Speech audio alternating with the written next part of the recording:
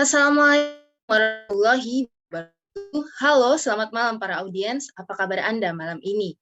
Senang sekali selama 60 menit ke depan, My Ilkom terbuka, santun, dan kali saya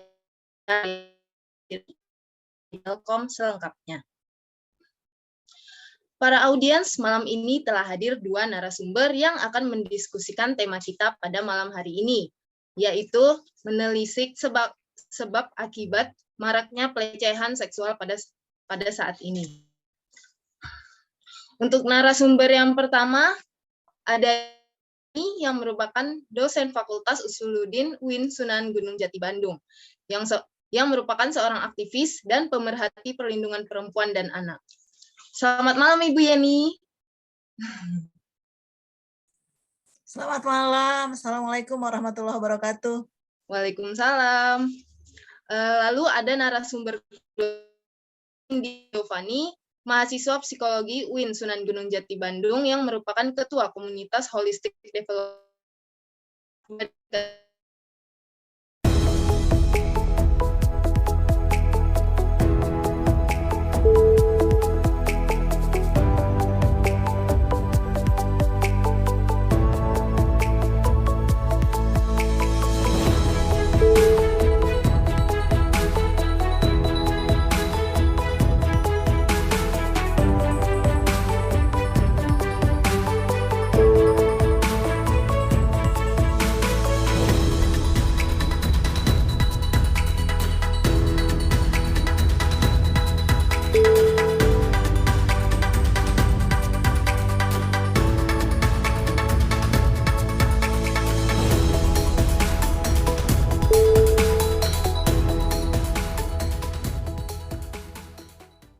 Seperti yang kita ketahui sekarang, semakin banyak kasus pelecehan yang terungkap ke permukaan.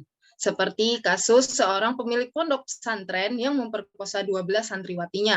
Dan juga kasus seorang anggota polisi yang memperkosa pacarnya dan menyebabkan depresi hingga bunuh diri. Menanggapi hal tersebut, saya akan bertanya kepada kedua narasumber. Kepada Ibu Yeni Huryani, boleh pendapatnya sebenarnya tindakan seperti apa sih yang termasuk ke dalam tindak pelecehan seksual? Baik, terima kasih host yang sudah memberikan pertanyaan. Yang termasuk pada tindakan pelecehan seksual itu adalah semua tindakan yang menjurus pada tindakan seksual yang tidak dikehendaki satu sama lain. Itu disebut pelecehan. Mulai dari siul-siul, toel-toel, kemudian memberikan sinyal-sinyal yang bersifat seks, ya, tentu saja perkosaan. Itu yang paling parah. Baik, apakah dari Cindy ada pendapatnya mengenai tindakan seperti apa yang termasuk ke dalam pelecehan seksual?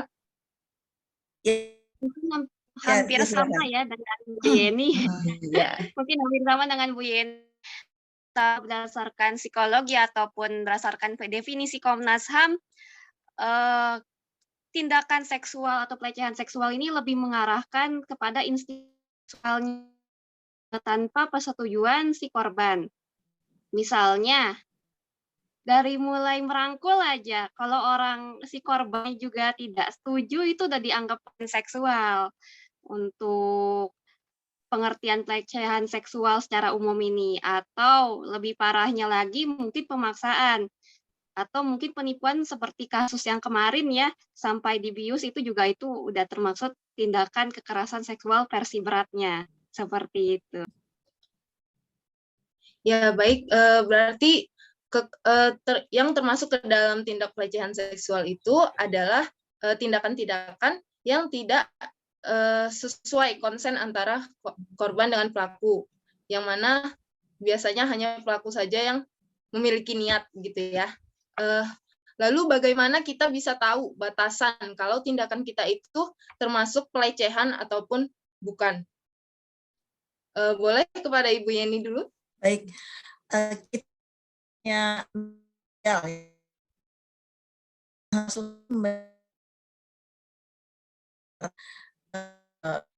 antar masyarakat, sehingga satu sama komunitas dalam satu society itu difahami sesuatu itu hal lumrah atau tidak lumrah, dan sesuatu yang lumrah dan tidak lumrah itu bergeser sebenarnya berdasarkan perkembangan kebudayaan masyarakatnya. Kalau dulu mungkin seorang siswi atau mahasiswi bersalaman dengan dosen laki-laki atau dengan guru laki-laki, kemudian tangannya agak diotek-otek, itu sesuatu yang bisa dimaafkan, tidak apa-apa. Tetapi karena perkembangan pengetahuan, pergeseran pemahaman masyarakat, sekarang itu menjadi sesuatu yang unaccepted, yang tidak bisa diterima. Kalau mahasiswi sekarang misalnya salaman dengan seorang dosen laki-laki, kemudian tangannya agak diotek-otek oleh dosen laki-laki itu menjadi tidak bisa diterima karena pengetahuan masyarakat sekarang tentang tindak pelecehan misalnya itu sudah mulai menjadi pemahaman umum. Begitu juga rangkulan atau sentuhan sekarang ini sudah menjadi sebuah pemahaman atau sebuah pengetahuan yang menjurus pada tindakan seksual, dan itu tidak berterima gitu. Itu sebabnya mengapa misalnya diktum tentang sexual consent, tindakan seksual yang dikehendaki, itu menjadi adagium atau menjadi jargon yang kontroversial di tengah masyarakat kita. Baik, berarti kesadaran mengenai konsen itu berubah di setiap zamannya ya, Bu? Ya, betul. Ya, baik. Lalu pada Cindy, sebenarnya apa sih penyebab terjadinya pelecehan? Pelecehan seksual itu ada macam-macam ya, berdasarkan yang terjadi sekarang ya, kita sebagai contoh. Ada penyebabnya itu dari kelakuan orang tuanya atau sistem pola asuh orang tua. Misalnya si ayah itu menetapkan kedisiplinan kepada anak, tapi ibunya malah kayak meringankan disiplinnya si anak. Itu juga bisa. Dalam beberapa kasus bukan pada pelecehan seksual juga, jadi si anak itu bingung mana yang mau diikutin. Apakah dia harus ngikutin kedisiplinan ayahnya yang betul atau emang diringankan, itu juga jadi masalah. Kalau dari sisi ini ya keluarga, terus lingkungan sosial juga. Kalau misalnya lingkungan keluarganya atau lingkungan tetangganya kurang memperhatikan bagaimana namanya itu istilahnya sudah buruk ya, dari mulai kekerasan rumah tangga atau mungkin kejadian kriminalitas lainnya, itu juga bisa jadi sebagai contoh ya penyebab pelecehan seksual ini. Dan lebih parahnya lagi sih karena ini perkembangan globalisasi ya, terutama karena berkembangnya VPN. Kalau mungkin yang barangkali udah pada tahu ya, untuk anak zaman sekarang itu jadi malahnya ya, malah proses untuk melancarkan yang katanya internet kita malah jadi jurang buat pelecehan seksual itu. Belum lagi karena tontonan dari media yang menayangkan, kadang ada yang iseng atau apapun itu lewat video-video atau share-an biasanya dari sesama temannya, itu juga sama. Jadi ya balik lagi ke lingkungan sama pola asuhnya. Itu yang paling utama. Baik, berarti penyebab terjadinya pelecehan ini bisa dari pola dari kita. Baik,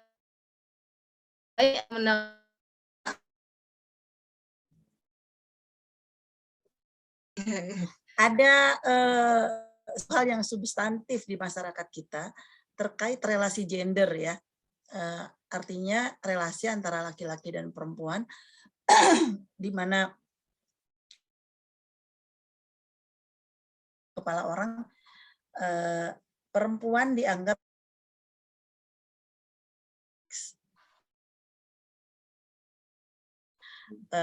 maka ketika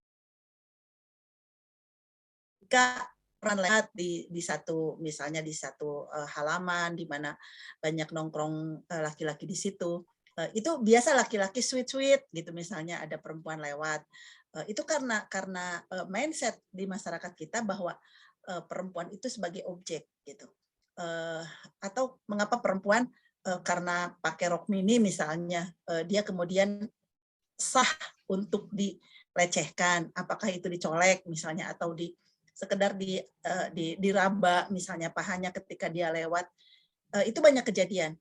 Karena apa? Karena mindset relasi gender di masyarakat kita menempatkan perempuan sebagai objek dan laki-laki sebagai yang menjadikan pelecehan seksual korbannya adalah perempuan. Meskipun sekarang ini bergeser juga pelecehan seksual korbannya anak-anak laki-laki gitu. Itu karena yang tadi oleh Cindy dikatakan salah satunya adalah ada pola asuh keluarga, ada teknologi yang sangat terbuka untuk diakses, sehingga orang mengkonsumsi apa yang disebut dengan narkolema gitu ya, narkoba lewat mata itu. Jadi memang banyak faktor yang menjadi penyebabnya. Baik, berarti bukan hanya cuman dari satu faktor saja, melainkan dari banyak faktor yang bersatu ya, jadi menyebabkan itu. Ya, baik. Lalu seperti yang sudah Ibu sampaikan tadi, biasanya ya perempuan-perempuan yang berpakaian minim seolah-olah mereka tuh boleh digangguin. Itu tuh sebenarnya pakaian yang digunakan itu mempengaruhi atau tidak, Bu? Berpengaruh. Itu sebabnya misalnya kalau kita memilih berpakaian misalnya rok mini ya harus pede gitu. Jangan pakai rok mini tapi kemudian tidak konsisten. Kalau naik angkot terus ditarik-tarik roknya misalnya itu kan juga sebuah body language yang sebenarnya dia nggak pede pakai rok mini itu misalnya begitu. Dan ketika seorang perempuan memakai rok mini, dia juga harus sadar ada konsekuensi. Seperti halnya juga kita pakai kerudung. Kalau kita pakai kerudung ini kan kita punya konsekuensi. Nggak mungkin kita masuk night club kemudian mabok pakai kerudung gitu kan. Apa kata dunia misalnya. Jadi ada konsekuensi, ada risiko. Begitu juga ketika memilih menggunakan rok mini di tengah masyarakat Indonesia yang masih seperti sekarang ini, di mana tangan-tangan dan mulut laki-laki itu masih belum bisa dikendalikan. Beda misalnya di Singapura mau tengah malam pakai pakaian yang minim sekalipun aman-aman saja, tidak ada gangguan, karena memang sistem sosial budaya masyarakatnya yang sudah berubah. Nah di Indonesia mau pakai begitu ya harus mikir 7 kali 8 kali ya. Kalau mau pakai rok mini terus seliweran di apalagi misalnya tengah malam di jalan, wah itu sudah mengundang resiko seperti itu. Maka perempuan yang memilih menggunakan rok mini misalnya, apalagi di tengah malam, itu sudah harus siap dengan konsekuensinya. Bukan berarti saya menyalahkan pilihan rok mini ya, itu juga harus dihormati sebagai pilihan setiap orang untuk menggunakan apa yang sesuai dengan tubuhnya. Tetapi masyarakat kita juga masih belum bisa dikendalikan mulut, tangan, dan perilakunya. Baik, yang barusan itu kan untuk yang perempuan ya, Bu. Kalau misalnya yang laki-laki mereka kan berpakaian tertutup, tapi masih bisa juga mereka itu dilecehkan misalnya oleh tante-tante atau yang bagaimana gitu. Nah, itu gimana ya, Bu? Kalau perempuan yang melecehkan anak laki-laki rasanya itu kasusnya sangat jarang. selama berbelas tahun saya melakukan pendampingan terhadap korban-korban anak-anak korban pelecehan misalnya, sangat jarang korban anak-anak ini adalah ibu-ibu atau perempuan, sangat jarang. Kecuali kasus Asusi itu ya yang tahun 2018 sangat ramai. Tapi anak laki-laki sebagai pelecehan itu biasa laki-laki justru. Yeah. Banyak sekali kasus. Sebenarnya kasus siapa Heri Wirawan itu kita tidak usah pakai inisial ya karena dia pelaku. Jadi pelaku itu tidak harus dilindungi. Kasus Heri Wirawan misalnya itu sebenarnya fenomena gunung es saja yang itu sudah sangat banyak sekali muncul, dan kita tahu tahun 2013 itu adalah tahun tahun keprihatinan terhadap tindak kekerasan seksual di Indonesia, karena tahun itu kita tahu misalnya kasus Emon di kota Sukabumi itu menelan 140 korban gitu kan. Dan itu semua anak laki-laki korbannya. Jadi kalau pelakunya perempuan kepada laki-laki itu sangat jarang terjadi, termasuk di dalamnya misalnya kekerasan seksual yang dilakukan oleh kaum perempuan itu tidak sampai 5% angkanya. Karena KDRT sendiri secara umum itu biasanya kalau perempuan bukan melakukan pelecehan terhadap anak laki-laki, tetapi lebih kepada tindakan kekerasan lain. Baik. Kalau di dalam rumah ya, misalnya. Seperti itu. Ya, saya ingin bertanya pada Cindy ya, menyangkut yang dijabarkan oleh Ibu Yeni tadi, yang mana kebanyakan kasus pelecehan seksual pada anak kecil itu biasanya dilakukan oleh laki-laki dewasa. Apakah itu tuh termasuk ke dalam tindak pedofilia ataupun ada kelainan psikologi yang lainnya gitu?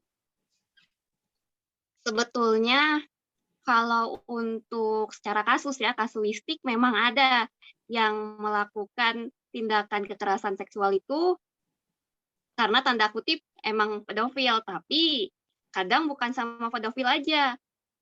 Sudah ada gangguan seksual lainnya. Misalnya dia suka Anda tahu yang namanya BDSM yang segala macam kayak gitu, itu emang ya, atau emang dia sebetulnya korban juga, korban yang pelaku. Ada juga yang seperti itu. Sebagai bukti kalau dia melakukan coping atas traumanya, padahal itu salah. Baik. Lalu bagaimana dengan fenomena menikahkan pelaku dengan korban pelecehannya yang masih banyak terjadi sampai saat ini? Ya, Ibu boleh pendapatnya? Saya sangat tidak setuju. Tidak setuju, termasuk misalnya ketika korban hamil akibat perkosaan misalnya, kemudian akan dengan pelaku, setuju. Justru harus dipotong dia karena di kekerasan seksual berikutnya akan terus relasi misalnya. Pelakunya itu panjang perilaku kekerasan seksual yang dialami oleh korban. Dan kita tahu korban kekerasan seksual yang ada di dalam perkawinan, kekerasan seksual itu korbannya tidak berani membuka pengalaman dirinya karena dianggap itu sebagai sebuah aib, sebagai sebuah kejadian yang harus ditutupi karena menyangkut aib dirinya dan aib keluarganya. Jadi justru keluarga-keluarga Indonesia yang mengalami tindakan kekerasan seksual itu harus berani memotong untuk menolak menikahkan korban dengan pelaku, apapun alasannya. Berarti fenomena seperti itu terjadi karena budaya yang sudah mengakar di masyarakat ya Bu, yang sudah yang sudah menganggap korban pelecehan itu sebagai aib. Iya, betul. Dan kemudian keluarga di Indonesia menganggap korban itu sesuatu yang harus ditutupi, kemudian cara menutupinya adalah dengan cara menikahkan misalnya. Itu sebuah berpikir di mana kekerasan seksual pada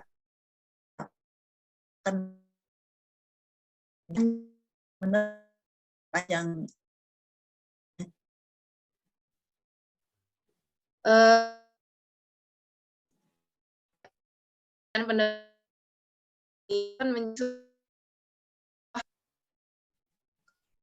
kekerasan yang jangka panjang. Masyarakat menganggap korban aib, apakah itu berarti termasuk dalam sebuah pola pikir misoginis ataupun pola pikir patriarki, Bu? Itu pola pikir patriarkis di situ. Mengapa? Karena melihat perempuan sebagai beban sosial pada akhirnya.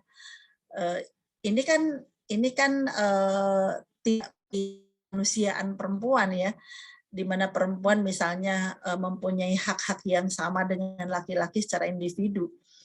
Ketika dia menjadi korban kekerasan seksual atau pelecehan, itu menjadi aib, menjadi sesuatu yang harus ditutupi untuk kemudian dicarikan solusinya yang menurut masyarakat atau menurut keluarga Indonesia itu dianggap sebagai tindakan yang menyelamatkan muka gitu. Jadi tidak substantif penyelesaiannya, itu hanya sekedar menutup aib, menutup malu gitu ya. Yang kemudian nanti pada ujung-ujungnya itu menjadi tindakan kekerasan yang fenomenanya seperti gunung es, ditutupi sebenarnya kelihatan sedikit, tetapi di dalam sebenarnya itu menjadi sebuah perilaku yang sangat mengerikan gitu, yang bagi korban itu menjadi sesuatu yang dan sulit bagi korban untuk mengembangkan kepribadiannya. Dari Cindy, apakah ada tambahan atau ada pendapat lain? Kalau menurut saya karena sudut pandang agama juga ya, betul kata Bu Yeni soal ini ya, karena perempuan tuh dianggap harus menjaga kesuciannya sampai kalau nggak salah itu wanita harus perawan sampai menikah. Itu terutama dalam hukum agama Islam atau hukum agama lain seperti Kristen ya, sebagai contoh. Jadi orang akan berpandangan jika perempuan ini tiba-tiba hamil atau tiba-tiba diperkosa, dianggapnya pasti cari alasannya, seandainya itu bukan karena bajunya, pasti karena pergaulannya, dan lain sebagainya. Sehingga si korban pun jadi disalahkan dan trauma.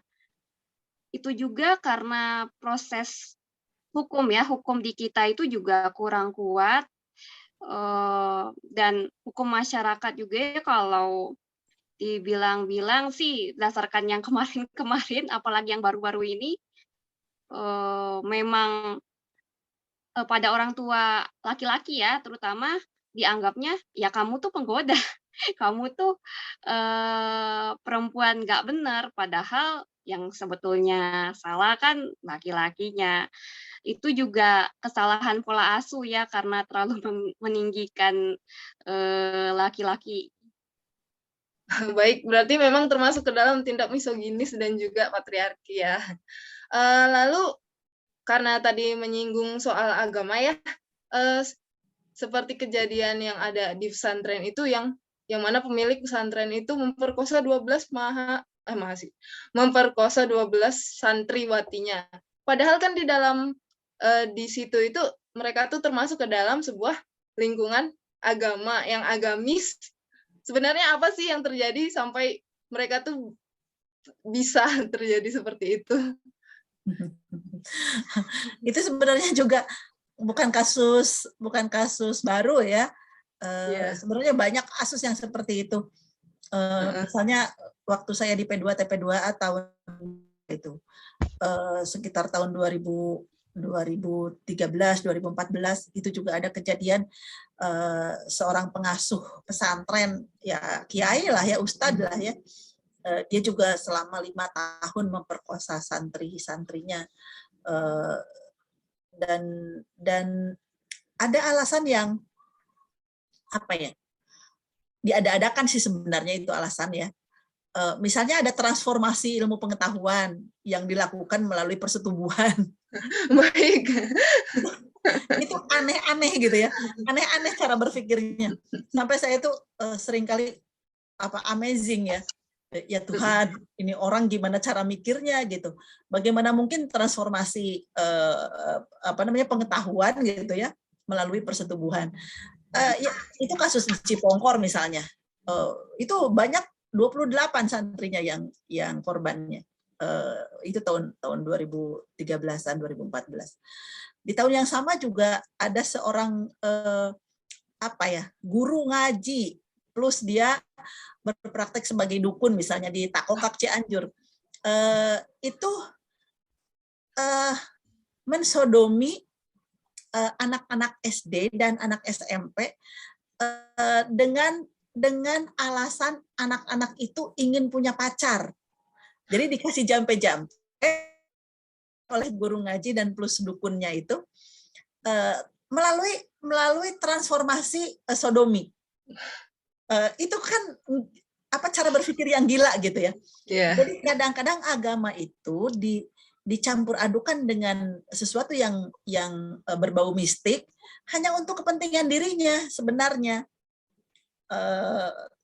Alasan transformasi ilmu pengetahuan, alasan itu yang lucu itu yang di Takokak di Cianjur itu juga kan kasusnya si dukun itu mensodomi anak-anak usia SD dan SMP itu dengan jaminan misalnya 5 kali disodomi anak itu nanti akan punya pacar gitu kan, laku pacaran gitu. Ternyata mengapa itu terbongkar sesudah 5 kali 6 kali disodomi ternyata tetap jomblo gitu ya, tepayu misalnya. Akhirnya anak-anak itu bersuara bahwa dia diperlakukan seperti itu. Nah, tindakan pelecehan seperti itu gitu atas nama agama yang kemudian dimistifikasi dan itu untuk kepentingan dirinya sebenarnya sebagai si ustadz atau si kiai itu merasa dirinya itu mempunyai otoritas sebagai pemegang otoritas keagamaan. Itu yang pada satu titik misalnya kalau itu tidak terbongkar itu akan menjadi sebuah pemujaan sekte keagamaan yang aneh gitu. Kalau itu tidak terbongkar, saya pikir dari sisi fenomenologi agama ya, jadi bisa seperti itu gitu. Ya, baik. Kan dari berbagai alasan yang sudah Ibu Yeni ceritakan ini banyak yang aneh-aneh ya. Nah, bagaimana para santri-santri ini bisa percaya gitu? Apakah mereka ini merasa ada yang salah pada logika pikir psikologinya ataukah bagaimana, Cindy? Sebetulnya sih karena persepsi dan sugesti juga ya, betul kata Bu Yeni itu soal mistifikasi ini. Karena di kita masih percaya akan keagamaan dan soal mistis ya. Jadi seandainya nih, kenapa tokoh-tokoh agama dalam tanda kutip yang bermasalah ini bisa dipercayai sama santri-santri atau murid-muridnya karena mereka menganggap kalau gurunya itu emang orang betul dan orang yang mempelajari agama secara lahir dan batin, padahal nggak sama sekali. Ada yang dari kasus yang tadi ya, yang dibicarakan sama Bu Ye.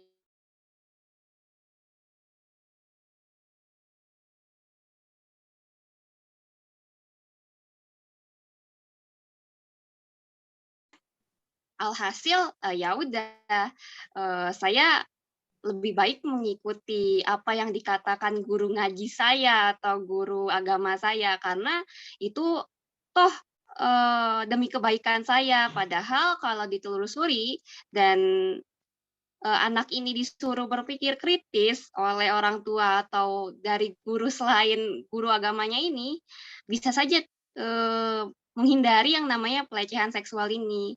Tapi pada kenyataannya ini kan dari posisinya bukan dari guru agamanya aja kan, dari kepercayaan orang tua pada gurunya dan lingkungan menganggap si guru agama ini tidak ada dosa karena ya udah jelas berbakti kepada Allah Subhanahu wa taala, padahal enggak.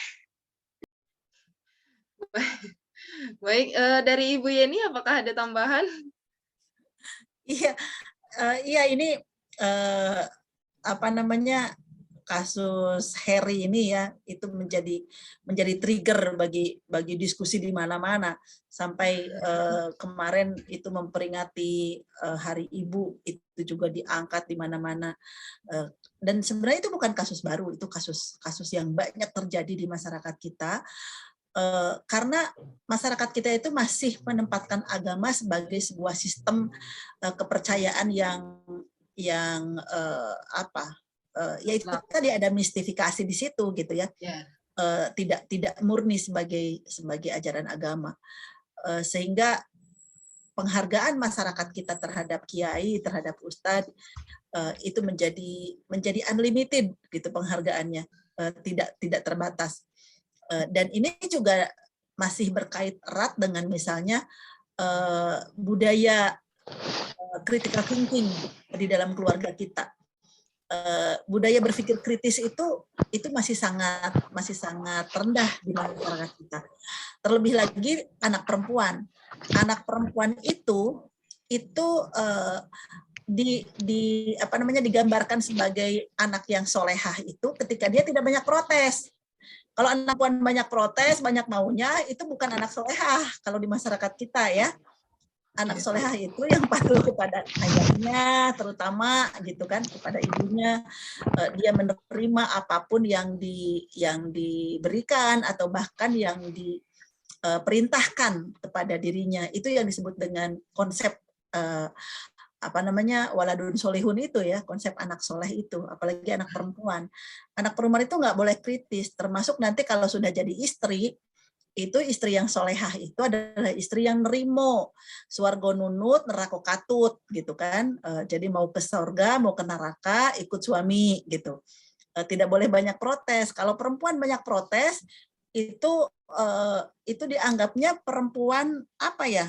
Pokoknya bukan perempuan ideal lah. Tidak ada citra ideal perempuan di dalam masyarakat kita adalah anak perempuan yang kritis. Nggak ada.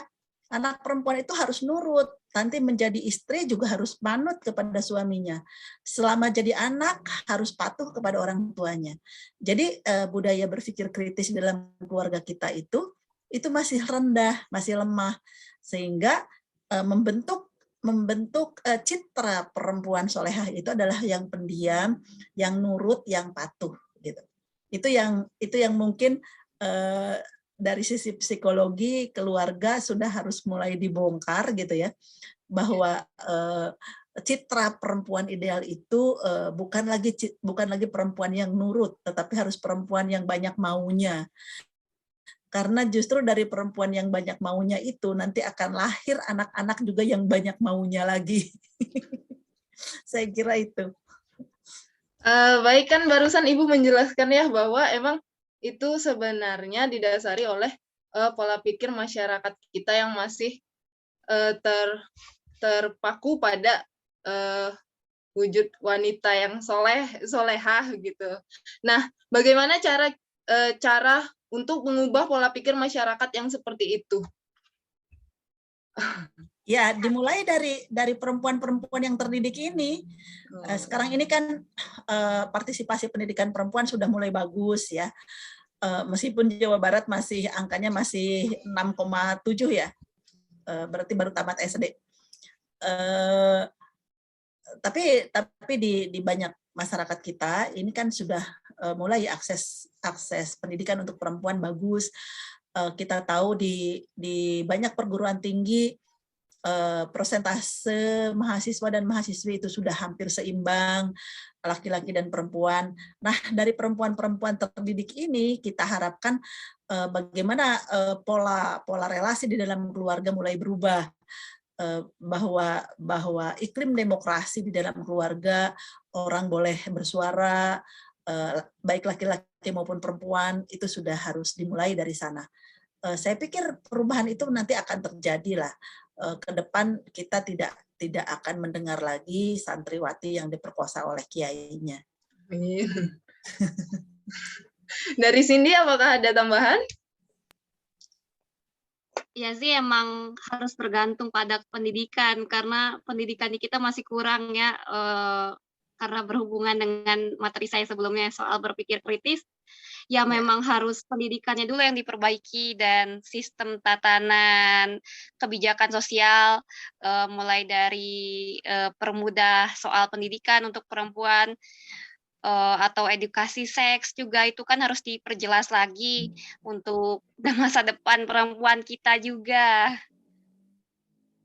Lalu kalau untuk gerakan feminisme ini, apakah termasuk ke dalam cara mengubah pola pikir masyarakat? Apakah itu ada sangkut pautnya ataukah tidak gitu? Pasti ada ya, pasti ada. Cuma masyarakat kita juga jangan diperhadapkan dengan ini feminisme liberal, ini apa gitu kan, bahwa realitas sosial kita sedang berubah itu ya, dan masyarakat Indonesia tetap tidak bisa keluar atau tidak bisa mengabaikan pola pikir religius ya, di mana nilai-nilai agama tetap dipegang, tetapi kemajuan teknologi, pengetahuan, kebudayaan itu juga tidak bisa dinafikan, sehingga perempuan-perempuan Indonesia tidak terjebak pada jargon-jargon yang sifatnya feminis liberal, tetapi lebih kepada realitas kemajuan bagi laki-laki dan perempuan yang seimbang gender, tetapi juga berpegang pada nilai-nilai tradisi ketimuran dan agama yang tidak bisa diabaikan. Baik, berarti feminisme ini lebih mengarah kepada kesetaraan gender ya, Bu. Soalnya kan kalau saya lihat di internet ini suka banyak laki-laki yang nggak senang dengan feminisme ini karena dianggap sebagai perempuan menjadi merasa lebih tinggi derajatnya, merasa lebih ingin dispesialkan gitu. Feminisme itu sendiri kan alirannya sangat banyak, sangat banyak. Dan kita berhutang budi sebenarnya terhadap beberapa aliran feminis yang membongkar cara berpikir yang sangat patriarkis ya di kalangan kita. Tetapi itu tadi bahwa akar budaya kita yang berpijak pada nilai-nilai religius itu tetap menjadi pedoman, tetap menjadi tonggak yang tidak bisa diabaikan. Karena kalau itu hilang, kita juga nanti akan seperti masyarakat yang kehilangan orientasi gitu. Tetap nilai-nilai ketimuran, nilai-nilai religius itu kita pegang, bahwa kemajuan itu harus diterima sebagai sebuah realitas, dan kemudian tafsir kita terhadap dogma, terhadap teks itu harus diubah gitu kan, karena dunia sudah tidak bisa lagi mengakomodir cara-cara berpikir lama. Dari Cindy, apakah ada tanggapan? Kalau saya sih lebih kepada tindakan proses untuk masa depan perempuan kita ya, terlepas dari gerakan feminis ataupun humanis, karena saya kurang mengikuti tentang gerakan feminis ini. Karena yang harus difokuskan pada kita itu adalah pendidikan dan bagaimana cara mencegah kekerasan seksual ataupun merendahkan wanita ini lebih banyak. Karena kan kita udah mau rencananya itu kan mau 2030 SDGs katanya. Itu harus dipercepat kalau ingin dianggap negara yang berkembang, tapi juga berkembang juga cara pola pikirnya. Baik, kan tadi cara mencegah pelecehan seksual itu bisa dilakukan dari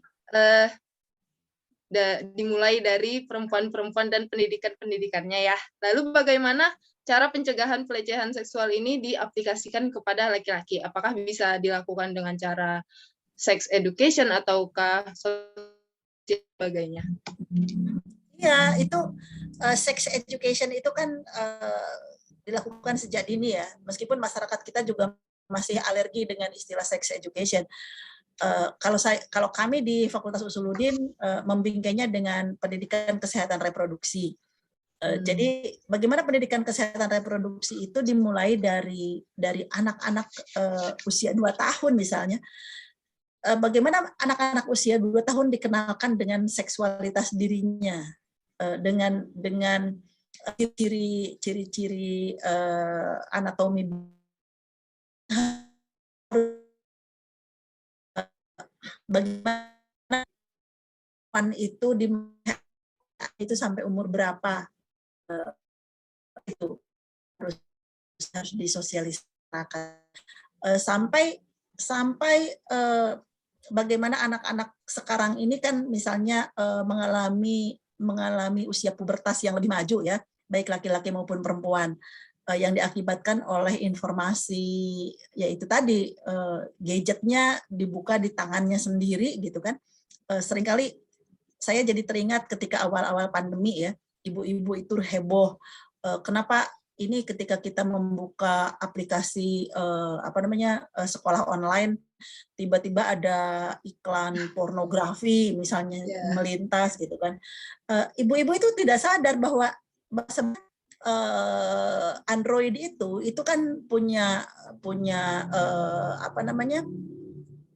logika aritmetik gitu ya di situ. Ada rekaman, ada jejak di situ. Ibu tidak akan keluar dalam gadget ibu iklan porno kalau ibu tidak pernah ngeklik gitu kan, misalnya gitu. Si ibu itu saya nggak pernah, ya nggak pernah gimana itu, yang uang namanya Android itu rekaman digitalnya jelas ada gitu kan, misalnya begitu. Nah, bagaimana misalnya anak-anak usia 10 bahkan 9 tahun sekarang sudah menstruasi, anak perempuan. Itu juga kaum ibu dan bapak, keluarga dalam hal ini mempunyai kesiapan untuk memberikan pembelajaran kepada anak-anaknya menghadapi menstruasi. Memberikan pembelajaran kepada anak-anak laki-lakinya apa itu mimpi basah gitu kan. Saya misalnya mengalami itu ketika anak-anak saya berumur 10-11 tahun, berarti itu berapa 20 tahun yang lalu. Saya selalu membangunkan anak-anak setiap pagi misalnya, anak-anak ayo bangun subuh, ayo siapa yang harus mandi dulu gitu kan, karena saya tahu anak-anak umur 11 itu sudah mulai mimpi basah. Itu memperoleh penolakan misalnya dari suami saya gitu kan. Suami saya protes, si ibu ini yang gitu aja diomongin katanya gitu kan. Padahal itu kalau itu nggak diomongin, saya bilang itu mimpi basah anakmu itu dibawa sampai ke akhirat, saya bilang gitu ke suami saya. Nggak percaya suami saya. Anakmu itu kalau nggak terbiasa terbuka urusan mimpi basah, dia tutupi, dia tidak mandi, dia cuma wudhu kemudian dia sholat padahal dia mimpi basah. Sholatnya nggak sah, saya bilang. Itu yang saya sebut mimpi basah dibawa sampai ke akhirat. Nah, baru waktu itu baru suami saya paham. Jadi kalau membangunkan anak, yang anak kelas 4, kelas 5 SD itu ayo bangun, perlu mandi dulu enggak. Itu hal yang biasa. Nanti adik kakak gitu misalnya ketika sholat subuh, senggol-senggolan, mandi nih ya enggak apa-apa gitu kan. Kalau kakakmu atau adikmu mandi dulu sebelum sholat subuh itu normal berarti gitu. Produksi hormon testosteronnya sudah mulai, saya bilang gitu. Nah itu harus dijelaskan. Dan berapa persen rumah tangga kita, ibu-ibu, bapak-bapak kita yang punya terobosan pemikiran seperti itu, gitu. Itu kan bisa dicek lah. Kita punya berapa juta keluarga ya. Dari berapa juta keluarga itu berapa persen yang memberikan sex education di dalam rumahnya. Padahal itu sangat penting gitu. Karena dari situ anak-anak itu tahu bagian tubuh mana yang harus ditutupi. Mengapa celana itu dipasang di alat kelamin, bukan di tangan, bukan di telinga gitu kan. Karena telinga itu bukan alat vital dalam tanda petik jenis kelamin. Itu sebabnya mengapa celana itu dipasang di alat kelamin. Ke anak 2 tahun, 3 tahun itu tidak boleh dikatakan misalnya, itu burung kamu, nggak boleh ngomong burung. Itu penismu gitu misalnya, karena itu bahasa ilmiah kan. Penis itu bahasa biologi. Kalau burung itu kan bukan bahasa biologi. Kalau dikatakan itu burung, nanti burung itu bisa terbang kemana saja dan hinggap di mana saja gitu kan misalnya. Atau kepada anak perempuan, tidak boleh itu dibilang dompet, nanti dompet segala macam dimasukkan ke situ. Itu vaginamu gitu kan misalnya, harus ditutupi. Mengapa itu harus ditutup? Karena itu adalah alat reproduksi manusia. Itu bagaimana dengan bahasa yang bisa dipahami anak-anak, diterangkan oleh ibunya, oleh ayahnya kepada mereka gitu.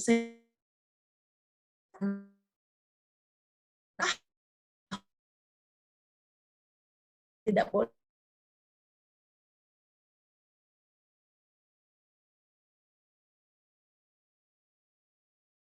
Kasih ya.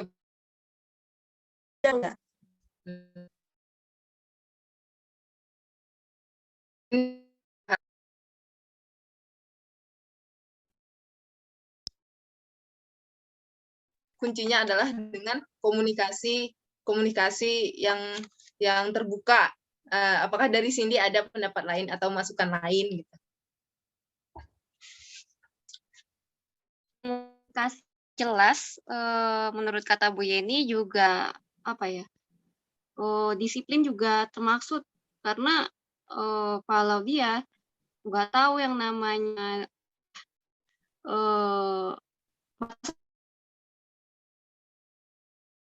bagian mana oleh orang lain, itu malah jadi masalah besar nantinya. Jadi yang harus udah ada aturan orang tuanya, kalau nanti tuh kalau sudah besar atau nanti ketemu orang, Dek, tolong kalau udah masuk pegang paha kamu atau pegang bagian leher kamu itu harus dijauhin atau enggak lari. Itu biasanya yang diajarkan oleh keluarga saya atau dari dosen saya juga diajarkannya seperti itu. Baik, berarti kuncinya selain komunikasi yang terbuka juga dengan disiplin ya. Lalu bagaimana tindakan kita sebagai masyarakat untuk membantu korban pelecehan? Apa yang bisa kita lakukan? Mungkin kita bukan keluarganya ataupun bukan teman, bukan saudara. Apa yang bisa kita lakukan untuk membantu itu? Speak up. Speak up, baik. Ya, harus speak up. Karena korban itu seringkali juga tidak sadar bahwa dirinya itu adalah saksi untuk dirinya gitu. Kita sebagai masyarakat itu harus berperan maju ke depan sebagai saksi bagi mereka bahwa ketika ada satu korban pelecehan, kita bisa maju sebagai pembelanya gitu. Itu yang harus dilakukan oleh masyarakat. Jangan mendiamkan, jangan itu bukan urusan saya, nggak bisa lagi. Sekarang ini mohon maaf, misalnya kalau di kampus terjadi seorang dosen misalnya main tepak-tepuk pada mahasiswa, itu sudah harus dikatakan say no gitu. Pak, jangan begitu Pak. Sekarang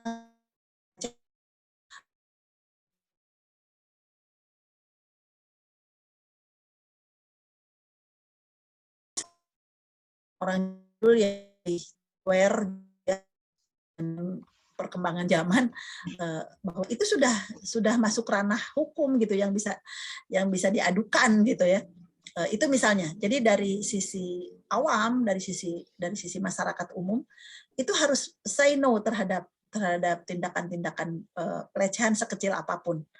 apa itu sweet misalnya, itu juga harus dihentikan. Tinggal persoalannya kan bagaimana menumbuhkan keberanian masyarakat untuk speak up itu, gitu kan? Ya. Itu persoalannya. Banyak di kalangan masyarakat kita itu tidak punya keberanian untuk menstop tindakan-tindakan pelecehan seperti itu. Jangankan masyarakat, mahasiswi sendiri juga yang relatif teredukasi ya, lebih terpelajar daripada masyarakat kita yang secara umum, itu juga sulit dilakukan.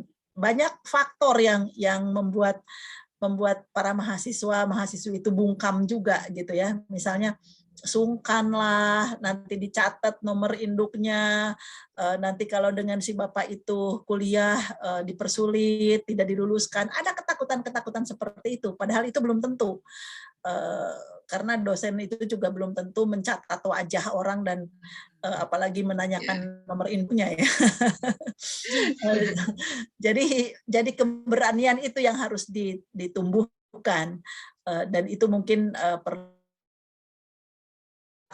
mahasiswa ini, sehingga teman-teman kita yang lain yang bukan aktif itu punya awareness yang lebih terhadap lingkungannya, sehingga sensitif lah kalau ada tindakan-tindakan yang menuju atau menjurus pada tindakan pelecehan seksual.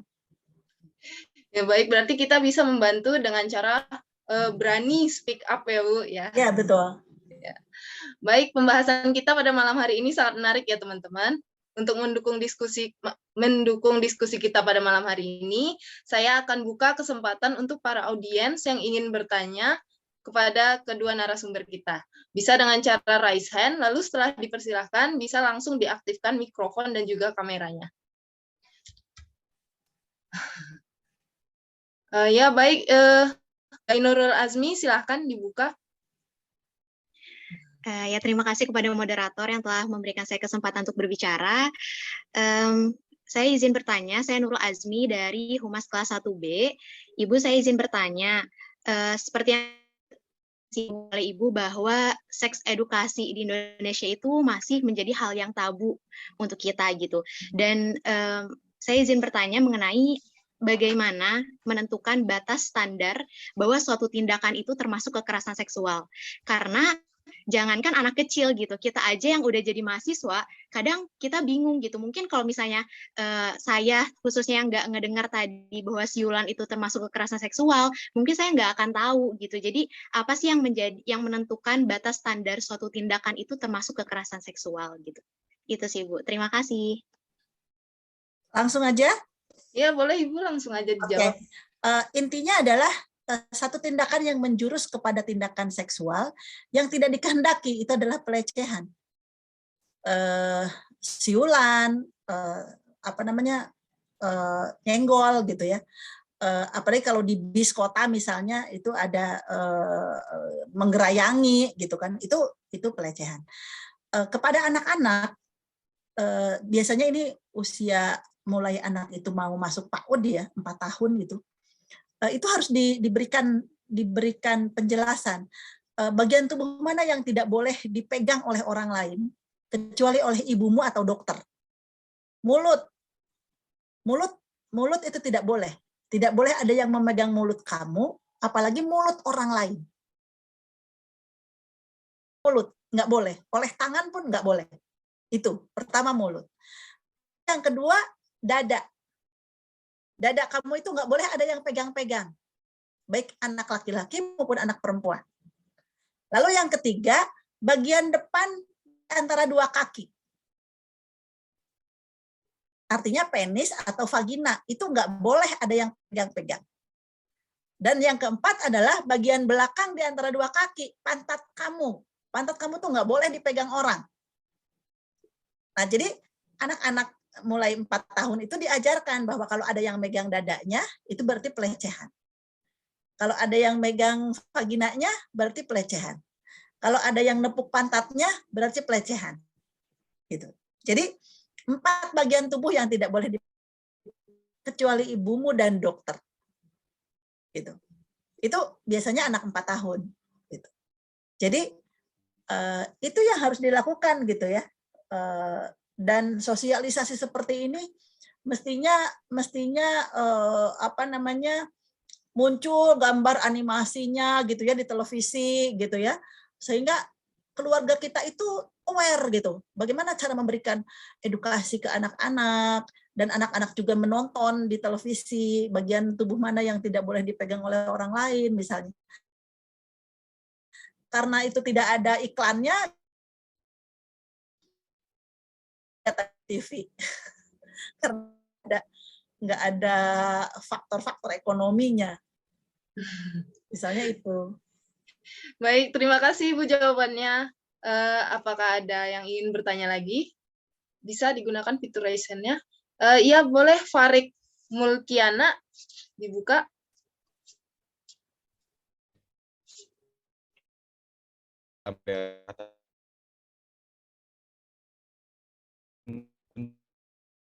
Zaman yang para remaja itu pacaran gitu, Bu. Nah, pacaran itu kan sudah termasuk awal dari tentang seksual gitu Bu, pacaran itu. Nah, dan pacaran zaman sekarang itu remaja itu juga sudah aneh-aneh gitu Bu, yang sudah dijelaskan oleh Ibu tadi, sudah memegang tubuh dari pasangan gitu, dari dari dada, dan lain sebagainya gitu Bu. Nah, gimana caranya supaya hal tersebut bisa diminimalisir gitu Bu? Atau bahkan mungkin dihilangkan gitu Bu? Terima kasih Bu. Oke, Farik ya. Kalau saya punya anak remaja, ketika anak saya mulai memasuki usia remaja, saya tanya, kamu sudah deg-degan belum kalau ketemu cewek gitu kan? Karena itu harus dideteksi gitu. Awal mula gejalanya itu kan deg-degan. Anak saya bilang, iya mah kalau sama si itu, dia sebut misalnya satu nama gitu kan, iya mah kalau si Elsa lewat tuh rasanya kok deg-degan. Nah saya beri apresiasi, oh bagus itu, berarti kamu normal gitu kan, daripada yang lewatnya si Joko kamu deg-degan, itu nggak boleh. Misalnya begitu ya. Jadi para orang tua juga harus mulai terbuka dengan komunikasi seperti ini, karena kalau anak remaja itu belum apa-apa dilarang, itu justru mereka akan lebih banyak mencuri gitu daripada menghentikan tindakannya, karena itu nature, itu dorongan alamiah. Ketika memasuki usia puber, anak-anak mengalami ketertarikan kepada lawan jenisnya. Tinggal persoalannya adalah apa yang harus dilakukan ketika kamu tertarik kepada lawan jenis kamu. Itu mungkin tugasnya ya. Saya mengatakan kepada anak saya yang laki-laki begini. Ketika kamu tertarik kepada seorang perempuan, itu berarti kamu normal dan ada hormon yang tumbuh dari dalam tubuh kamu yang disebut dengan hormon endorfin, ada kesenangan di situ, dan itu adalah awal kamu memasuki periode seksual aktif di situ. Artinya kamu akan senang kalau bersentuhan. Jangankan bersentuhan, tidak bersentuhan pun kamu akan senang. Ngobrol saja senang, mendengar suaranya saja senang, gitu kan? Apalagi kemudian karena itu adalah pintu gerbang seksual aktif, itu tidak bisa dihentikan. Kamu akan terdorong untuk berpegangan tangan. Sesudah itu kamu akan terdorong berciuman. Kamu akan terdorong menyentuh bagian-bagian tubuh orang yang menarik buat kamu. Tetapi misalnya secara agama itu tidak boleh. Mengapa tidak boleh? Karena itu mengandung resiko bahwa yang namanya seksual aktif itu tidak akan terpuaskan sampai kamu mencapai puncaknya. Puncaknya apa? Hubungan badan. Apakah seorang anak puber itu boleh melakukan hubungan badan? Tentu saja tidak boleh. Mengapa? Karena kamu belum selesai bertugas sebagai anak-anak. Hubungan badan itu hanya boleh dilakukan oleh manusia dewasa yang sudah siap. Mengapa? Karena mengandung resiko. Dari hubungan badan itu keluar sperma dari tubuh kamu, bertemu dengan sel telur dari perempuan, itu akan terjadi pembuahan dan itu akan jadi embrio dan itu akan jadi anak. Pertanyaannya, kamu yang kelas 3 SMP ini sudah siap untuk punya anak? Tidak bisa kan? Maka kamu harus kendalikan. Mengendalikannya adalah pacaran itu temporer. Kamu nanti akan punya pacar 2, 3, 4 sebelum kamu sampai pada pilihan perempuan yang menjadi istri kamu ketika usia kamu siap. Nah, perempuan-perempuan yang jadi pacar kamu itu harus tetap dijaga kesuciannya, seperti halnya nanti kamu akan bertemu dengan calon istri kamu. Dan dia itu akan jadi calon istri-istri bagi laki-laki yang lain yang juga sama berharganya seperti kamu. Gitu. Jadi kalau anak laki-laki diberikan pemahaman bagaimana dia harus menghargai tubuh perempuan, dia akan memperoleh perempuan yang sama berharganya seperti yang dia jaga kepada pacarnya, gitu. Jadi kalau masih masa pacaran ya tidak boleh melakukan hubungan seks karena mengandung resiko. Itu menjadi pada waktunya, yaitu kamu menghadapi pernikahan, kamu memperoleh istri yang baik karena kamu juga berbuat baik kepada pacar-pacar kamu. Kalau kamu tidak berbuat baik kepada pacar-pacar kamu itu, kamu juga akan memperoleh perempuan yang tidak baik, yang mungkin juga diperlakukan tidak baik oleh laki-laki yang lain, gitu. Itu yang harus dipahamkan, bahwa kita tidak bisa menuntut memperoleh pasangan yang baik kalau diri kita sendiri tidak baik. Baik, gitu. berarti dimulai dari diri kita sendiri. Betul. Menjaga dan pasangan, ya. Baik. Betul. Ya. Oh, Bu, berarti pacaran boleh, Bu? Boleh. Menurut saya boleh. Menurut saya boleh. Karena pacaran itu ekspresi natural, ekspresi alamiah dari dorongan perkembangan, yaitu masa pubertas. Dan itu akan memperkaya perspektif tentang pergaulan laki-laki perempuan. Anak laki-laki yang tidak pacaran, anak perempuan yang tidak pacaran itu nanti kurang pergaulan, gitu ya. Nanti anak perempuan bingung menghadapi malam pertama, anak laki-laki juga bingung menghadapi malam pertama. Gitu ya. Baik. Saya punya pengalaman, ada keponakan-keponakan saya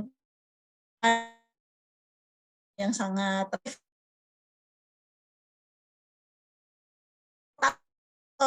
mengalami kepanikan.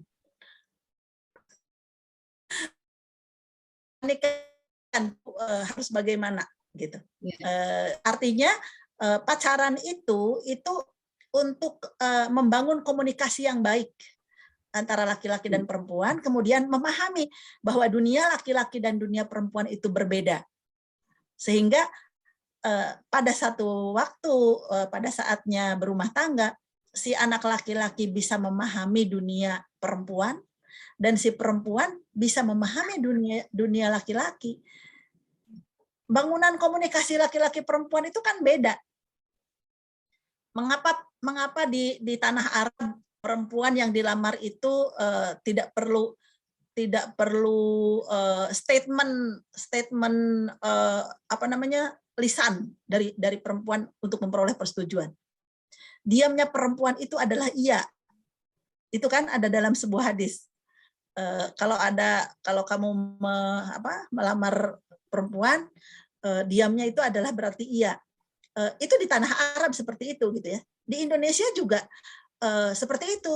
Anak perempuan itu ketawanya nggak boleh ngakak sampai kedengaran ke alun-alun, nggak boleh. Kalau anak laki-laki boleh, gitu kan. Anak perempuan itu duduknya harus duduk manis. Anak laki-laki nggak punya konsep duduk manis, misalnya gitu. Nah itu yang terkonstruk, terbangun sehingga membangun dunia komunikasi yang berbeda antara laki-laki dan perempuan. Nah, kalau kalian tidak pacaran, bagaimana kalian memahami bahwa dunia perempuan itu berbeda, bahwa dunia laki-laki itu berbeda? Baik, terima kasih Ibu tanggapannya. Lengkap sekali ya. Super. Baik, selanjutnya mungkin boleh Rasya dibuka mikrofonnya. Halo, selamat malam. Sebelum saya bertanya, kalau bisa satu aja dulu. Okay. Saya ingin bertanya, untuk kan tadi sebelumnya Ibu Yeni berkata bahwa namun hal itu merupakan kontradiksi dari ajaran agama Islam yang dimana yang saya pernah pelajari bahwa menatap yang itu sudah merupakan dosa. Ini dengan mereka. Menurut Ibu tanggapannya bagaimana ya? Dan apakah ada alternatif untuk mengetahui hidup dari seseorang yang berbeda jenis kelamin lain dari berpacaran? Terima kasih. Iya, konsepnya saja Rasya, konsep berpacarannya. Berpacaran itu bukan kemudian kemana-mana berdua, kemudian ya melakukan seksual aktif gitu misalnya, bukan itu. Pacaran itu artinya bagaimana seorang perempuan dan seorang laki-laki bisa berkomunikasi dengan nyaman, bisa membicarakan apapun, bisa mentertawakan apapun, dan selalu kunci saya kalau kepada anak saya adalah kamu melakukan apapun dengan pacar kamu di depan mama kamu dan di belakang mama. Apa yang kamu di depan mama kamu dan apa yang kamu lakukan di belakang mama kamu itu harus sama. Artinya kalau dia duduk di depan ibunya ada jarak gitu kan, dempetan, di belakang gitu.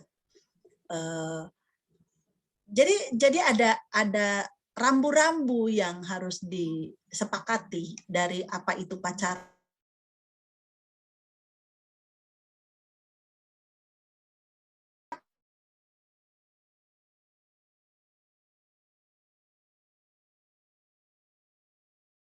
Bahwa perempuan ini adalah perempuan yang layak untuk menjadi ibu dari anak-anak saya, atau laki-laki ini adalah laki-laki yang layak menjadi bapak dari anak-anak saya. Kalau tidak ada proses lita'arufu itu, kalau tidak ada proses saling mengenal itu, gitu. Jadi konsepnya adalah konsep lita'arufu, bukan untuk menyalurkan semua desakan atau dorongan-dorongan birahi, bukan gitu, tetapi untuk lebih lita'arufu, untuk lebih mengenal, dan karena itu pacaran maka tidak ada komitmen.